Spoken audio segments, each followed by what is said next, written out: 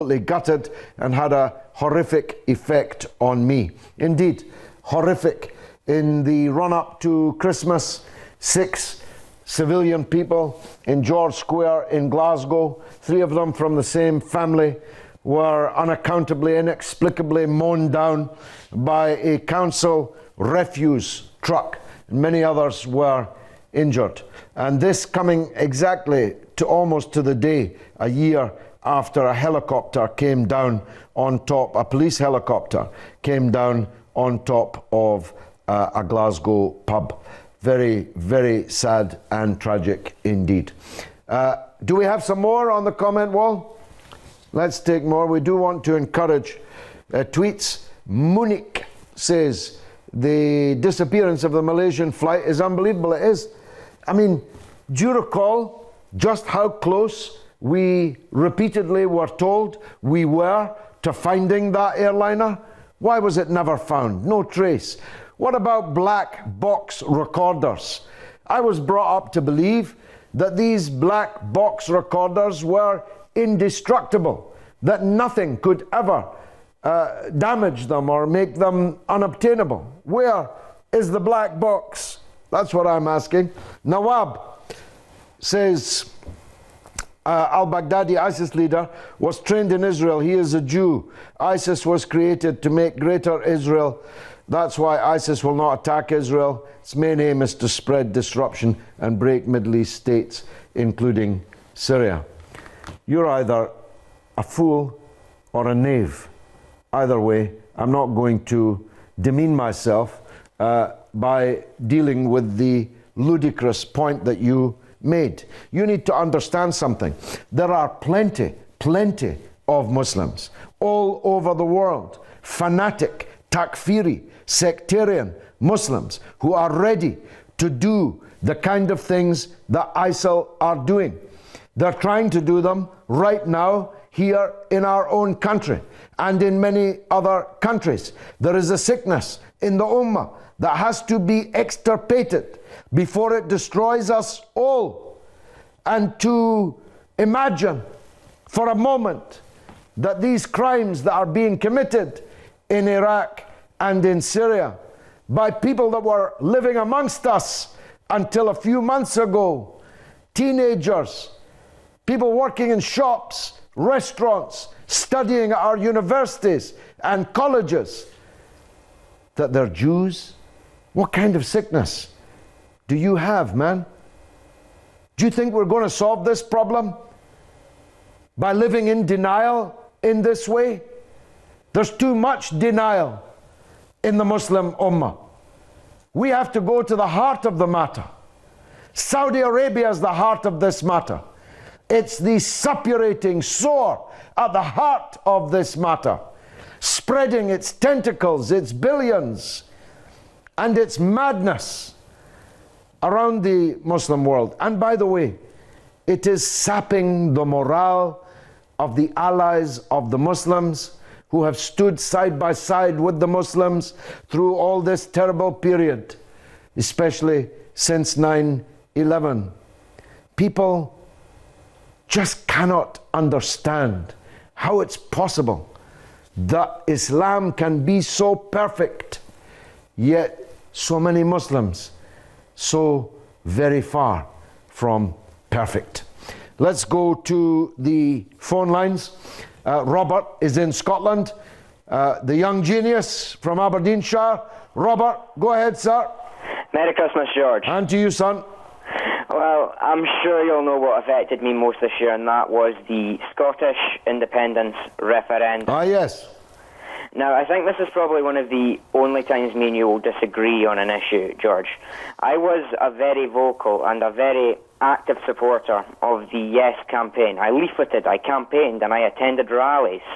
Not because I'm some crazed Anglophobe, racist nationalist, but because I believe that I, along with every other person my age in Scotland, I believe that we would have a better future under an independent Scotland. Sadly, it didn't come to pass this year, but the entire landscape of UK politics has been forever changed as a result. The Scottish Labour Party is collapsing and it will completely dissipate unless they go back to the old values of Labour that they used to have before Tony Blair. Party member after party member are leaving the Labour Party to join the SNP, the Greens and the SSP, and David Cameron is in a huge dilemma. He's got two choices in this matter. He can give Scotland the powers that he promised within the next 4 months or so, which would lead to more and more areas of the UK calling for greater autonomy, and a very substantial number of ministers would defect to UKIP, seeing as how most Conservative ministers don't want Scotland to get any autonomy whatsoever. The second option is the one that I think David Cameron is opting for at the moment. It's just to ignore it and hope it goes away. He gets to keep the country and his cabinet calm for the moment, but soon the call for independence will come again, stronger than ever, and I don't think Cameron wants that to happen either. I know several people that were die-hard no supporters and were overjoyed with the result of the referendum, but now, because no promises that were made have been lived up to, most of them now say that if there was a referendum tomorrow, they would vote yes. The referendum has affected me most because obviously it was my future that was being decided on, and also, in my opinion, it's because it's what got me into politics in the first place when I was 11 years of age. It jolted the Scottish people into becoming interested in politics again, which, you know, is good because the less privately schooled rich boys in government, the better. And I'm sure you'd agree with me on that, George. I can't tell you how sad I am to hear that. I don't have, sadly, the time or the permission to turn the last 6 minutes of the show into a debate on separatism, on breaking up established countries, which always leads to disaster, in my opinion. I don't accept for 1 minute the central premise of your call, that the promises that were made were not implemented. In fact, the promises that were made have been implemented, are right now being implemented. And the various commissions, the earlier Calman Commission and this new one, are delivering fantastic, powerful new roles for the Scottish Parliament.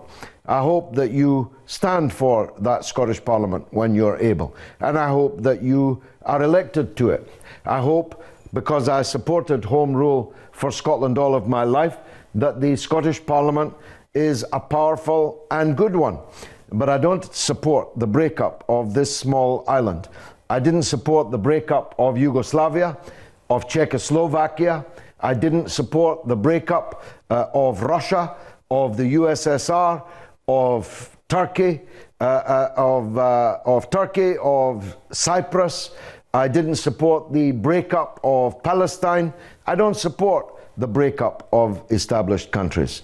Not in Spain, not in Italy, and not in Belgium, where we have separatists trying to make tiny Belgium two countries because the Protestant majority in Belgium doesn't want to live with the Catholic minority in Belgium. I have no time for any of that. This is an era where people need to come together as a countervailing force to the massive power of multinational corporate power.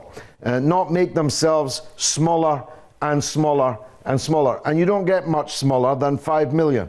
And that's what your independent Scotland would be. So I'm very glad that the independence referendum resulted exactly to the percentage point, as I predicted 4 days before on the BBC that it would, and I believe that it would again. Nana is in London. Nana, welcome to the show. You are the last caller. Okay.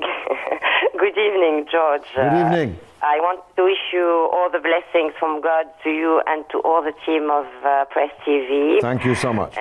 It's moving and shaking everywhere. Too many shocking horrors on a daily basis. Where to start, where to go.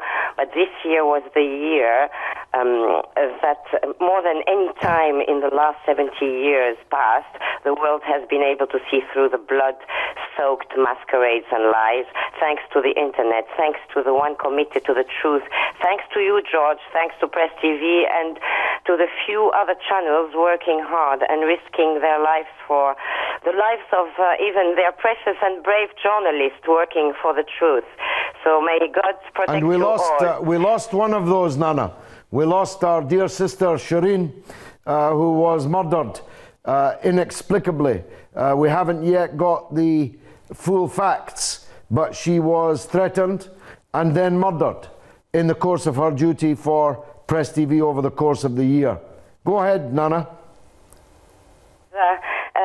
More than ever before, we watched unqualified leaders pushing the world to its destruction and pushing it to its perdition, and a very few wise leaders stopping them, thanks God, and making their weird decisions stopped and breaking them. We've reached a top of level of political madness, George.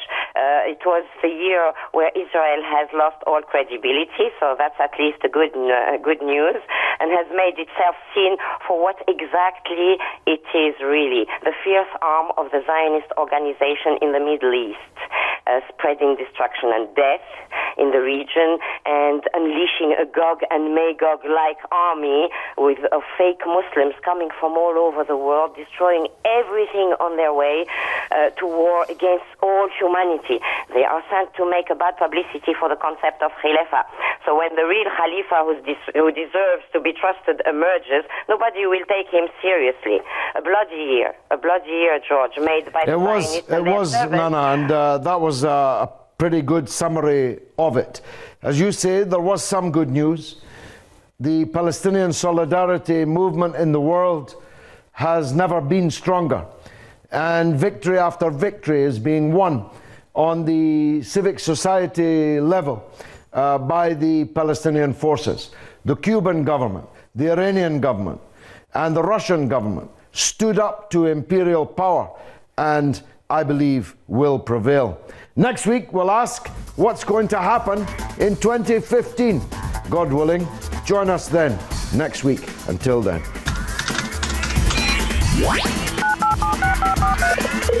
Hello, if you comment your name and the question you that number, and just make sure about your television volume set up 0 instead. 0. Can you spell your name for me? Yeah, I know. You redirect me put through the phone number and then we'll call you back.